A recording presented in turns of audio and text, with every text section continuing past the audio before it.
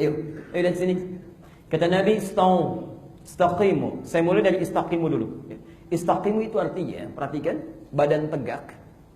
Ya, dalam bahasa Arab, qomah itu tegak, tidak miring kanan, nggak miring kiri, posisi tegak. Pelan-pelan. Itu istaqimu namanya, qomah. Ya. Adapun posisi kaki, perhatikan, dalam hadis yang tunggal sifatnya, Nabi tidak merinci. Apakah kakinya ini mesti misalnya, mohon maaf, begini sifatnya? Ya. Jadi depannya itu keluar, terbuka, ya. Dalamnya ke dalam, tumitnya, itu nggak dirinci. Ya. Atau kalau lurus begini, belum ada keterangan dalam kalimat yang pertama ini. Ya. Jadi ini menunjuk kesan bahwa kalau Anda sholat sendirian, munfarid, ya, sepanjang badannya tegak, kemudian tsumastaqbilil qiblah, menghadap ke arah kiblat, itu sudah sah secara hukum. Saya sholat sendirian begini, saya menghadap kiblat. Ya. Posisi kakinya misalnya terbuka begini, ya, terbuka. Kemudian, maaf, baik itu terbuka ataupun lurus begini, yang penting menghadap kiblat sudah sah. Ya. Tapi yang Anda penting perhatikan, istaqimu, tegak badan. Ya. Kemudian istau, nah ini bagian keduanya. Istau, berada posisi kaki lebarnya seimbang. Ya. Dalam bahasa Arab kalimat istau itu punya dua arti. Keseimbangan ini sejajar dengan bahu, turun ke bawah. Ya, turun ke bawah. Jadi tidak terlampau lebar begini, ya, tidak terlampau rapat begini. Ya. Dikata Nabi, badannya tegak menghadap ke kiblat, posisi kaki lebarnya itu selebar dengan bahu. Syaratnya demikian. Bagaimana taunya selebar dengan bahu? Menafsirkan kalimat tadi, teruskan hadisnya. Hadhu bainal manakib. Ya. Jadikan engkau saat berdiri itu, ya, bahu-bahumu akan sejajar kalau istaunya benar. Kalau istaunya benar. Di posisi kaki yang pertama, maaf, lebar, tidak terlampau lebar begini, tidak terlampau lapat, kemudian ya, sejajar dengan bahunya. Ya. Dari atas kalau ditarik, ya, sejajar dengan bahu, turunkan ke bawah, kira-kira lebarnya seginilah kalau saya. Ya. Jelas di sini?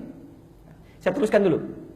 Karena kalimat ini menggunakan bentuk jama', istau, ya, kemudian istaqimu, wa hadhu bainal manakib, maka menjadi berubah caranya.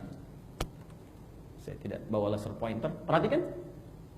Istau, sejajar, terbuka lebar, dan rapat. Rapat satu dengan yang lainnya. Nah, bagaimana cara rapatnya? Mari kita lihat praktek Nabinya. Ternyata saat Nabi meminta merapatkan, satu, kita lihat dulu, lurus.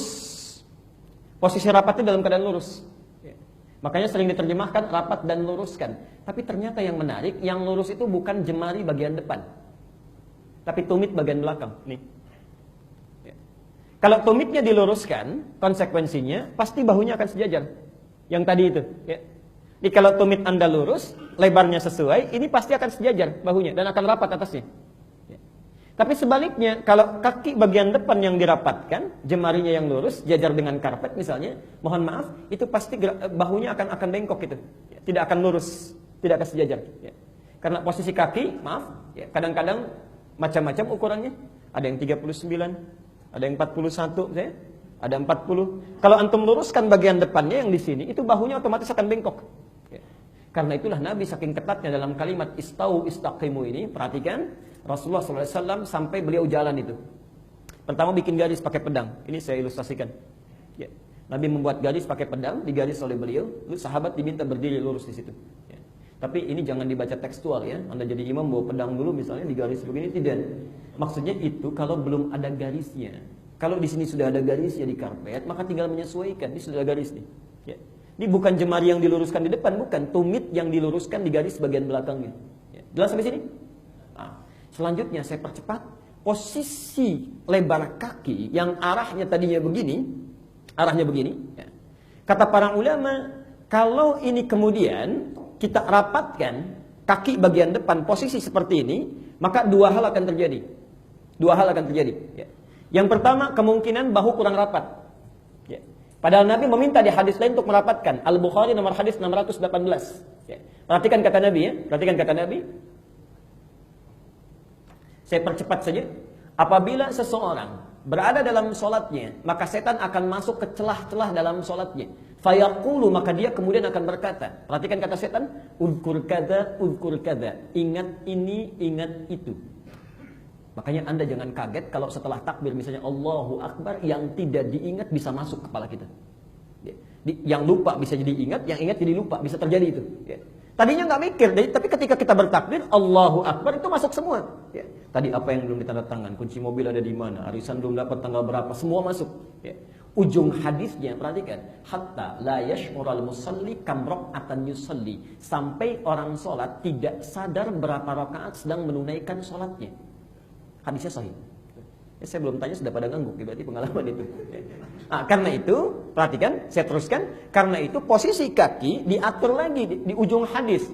Abu Daud nomor hadis 666. Lihat ujung hadisnya. Wala tadharu furjatin lisyaitan. Kalau Anda sudah bagus berdirinya, siap merapatkan, ini sudah diluruskan, kata Nabi, lurusnya kaki kita dan bahu itu jangan biarkan ada celah kecil setan masuk. Ingat ya, ada halal, ada furjat, itu lain. Kalau halal itu longgar begini. Kalau furjat itu ditempelkan tapi masih ada celah. Nah, sekarang saya tunjukkan misal. Afwan bisa cepat saja ke depan. 3 orang, cepat saja. 1, 2, 1 lagi, 3. Mohon DKM tolong dicatat, saya insya Allah akan berikan buku ya pada yang maju. Selanjutnya kalau maju lagi tidak berlaku, yang ini saja 3. Tolong Pak, depannya ikuti saya, kakinya begini, terbuka keluar. Enggak lurus begini tapi terbuka begini. Ya, baik. Sekarang perhatikan, ada yang kakinya dibuka begini, ya. Kemudian menghadap kiblat, itu sah salatnya, sah, tidak ada masalah secara hukum fikih. Tapi resikonya kata Nabi, ini ada furjat di sini. Furjat itu walaupun depannya nempel begini, tapi ada celah kecil ini, ya, ada celah di bawahnya tuh. Ya. Kalau celahnya longgar begini, misalnya longgar, ya, ini halal namanya, sela-sela yang kosong. Tapi kalau antum sudah dempet tapi masih ada celah sedikit, itu furjat namanya. Kata Nabi, jangan sisakan celah sekecil apapun karena setan bisa masuk. Ya kalau ada yang sholatnya mau sama setan sih silakan saja. Misalnya setan ikut sama saya sholat, itu terserah pilihan Anda. Ya. Dan kita tidak mencela. Tapi kalau kita ingin berubah jadi lebih baik, jangan dipersalahkan juga. Ya. Nah sekarang kita lihat. Karena posisi kalau ini sudah rapat kakinya, bawahnya. Tapi tidak sempurna. Resikonya bahu ada celah, di bawah ada celah. Maka kata para ulama, dari sini akan lebih baik jika posisi kaki bagian depan dan belakang itu diluruskan gini. Di depannya lurus, belakangnya lurus. Maka akan lebih sempurna cara berdirinya. Silahkan, afwan. Sekarang ikuti saya. Depannya lurus, belakangnya lurus gini Pak. Ya, mohon maaf. Lalu kita luruskan tumit bagian belakangnya. Ya. Ya, posisinya lurus kakinya, lurus sama-sama lurus. Coba lihat sebentar, pelan-pelan. Kaki depan, kaki belakang lurus begini, kemudian ditempelkan. Tumitnya luruskan dengan garis seperti gambar di muka itu ya. Ya. Coba lihat, lebih rapi ya. Celahnya lebih tertutup. Kalau Anda tidak percaya, silahkan saat sholat asar, silahkan berdiri seperti ini, Anda praktekkan.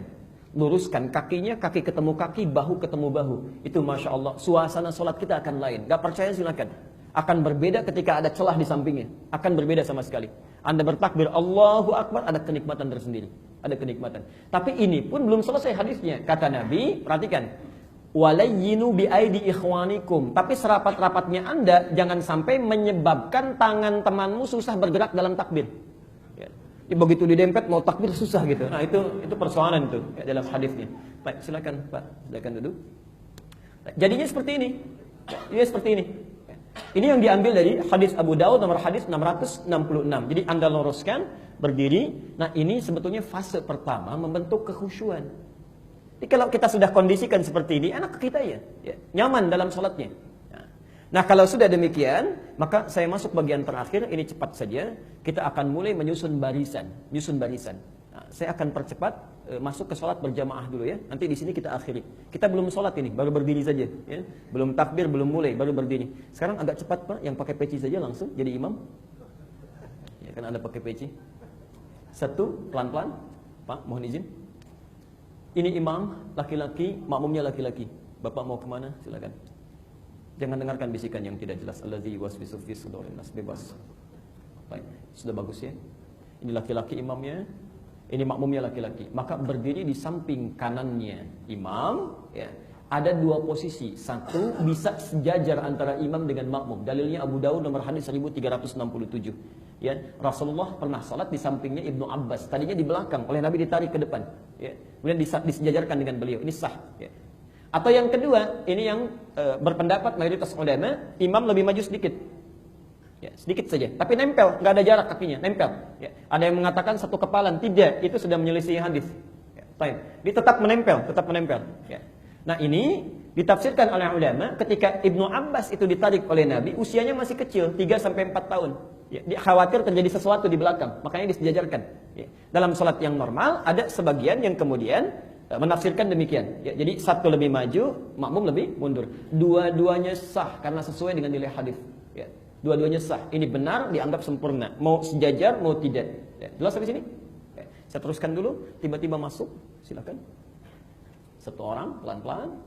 Baik. Sekolah. Sudah? Ada pilihan lain? Tidak. Baik. Nah, sekarang perhatikan. Sebelum ini masuk ke kiri, ternyata redaksi yang muncul dalam hadis, nanti saya tampilkan, ya, saya tampilkan gambar-gambar dan dalilnya. Yang muncul ini sebelum memulai saf salat dan membentuk barisan itu memberi isyarat dulu. Ya, bahasanya memberi isyarat. Yang meminta atau mengisyaratkan bisa imam yang maju atau makmum yang mundur. Jelas ya? Bisa imam yang maju atau makmum yang mundur, bergantung situasi tempatnya. Makanya ada yang mengisyaratkan satu sebelum masuk ke yang kirinya, jadi masuk dulu ke belakang sini, pelan-pelan. Ya. Bisa ada yang mengisyaratkan dengan takbir. Jadi ini takbir ke belakang, kalau saf di belakangnya yang longgar, ya, ada yang menafsirkan cukup dengan takbir saja isyaratnya. Jadi ini bertakbir kencang, Allahu Akbar misalnya, yang ini mundur. Ya. Ada yang kedua, pelan-pelan, ada yang kedua, tidak dengan bertakbir kalau sekiranya tidak dipahami. Ya. Misal dia bertakbir atau makmum bertakbir Allahu Akbar, yang ini nggak paham, mungkin dia sedang sholat sunnah, kan? Itu boleh diberikan isyarat yang membuat ini bisa mundur. Ya. Misal boleh ditepuk yang ringan, ya, atau dicolek. Ya. Dalam keadaan ini bisa imamnya, bisa makmumnya, bergantung situasi tempatnya. Kadang-kadang Anda sholat di situasi tempat yang imamnya lebih luas maju ke depan. Ya, saf makmum sudah longgar. Ya. Jelas sampai sini? Nah, maka yang terbaik ini diberikan isyarat. Antum tadi benar, boleh maju ke sini, imamnya yang maju, tapi boleh yang kedua langsung. Ini yang lebih banyak digunakan. Ya, karena umumnya lebih luas ke belakang. Ya. Boleh ini ditepuk, kemudian mundur, atau bertakbir langsung dan mundur. Ya, jelas sampai sini? Mundur sebentar, biar agak ada jarak. Baik. Datang satu lagi, Mas, mohon berkenan, cepat. Mau ke kanan, mau ke kiri, bebas. Baik. Bentar, mau pikir-pikir lagi, mau diulang? Tidak. Tanya teman atau telepon kawan? Tidak. Oh, langsung baik kanan. Sekarang lihat ya. Ternyata ketika masuk tidak mengisi kanan, tidak mengisi kiri, tapi yang dilihat keseimbangan. Keseimbangan. Lihat imam posisinya di mana. Kalau imam berdiri pada bagian yang ini, misal sejajar, maka ambil yang seimbang sebelah kirinya. Dia tidak doyong ke kanan, tidak doyong ke kiri. Antum masuk ke sebelah sini. Baik ya? Jelas? Lihat keseimbangan, jadi jangan terlalu doyong ke kanan sana atau doyong ke kiri. Lihat keseimbangan, membentuk saf. Jadi seimbang kita lihatnya. Ya, jelas sampai sini? Sekarang mohon izin untuk duduk dulu. Yang tiga, ini suami laki-laki di rumah ingin berjamaah bersama istri. Mohon diberikan space. Agak luas sebentar. Agak luas. Mohon izin.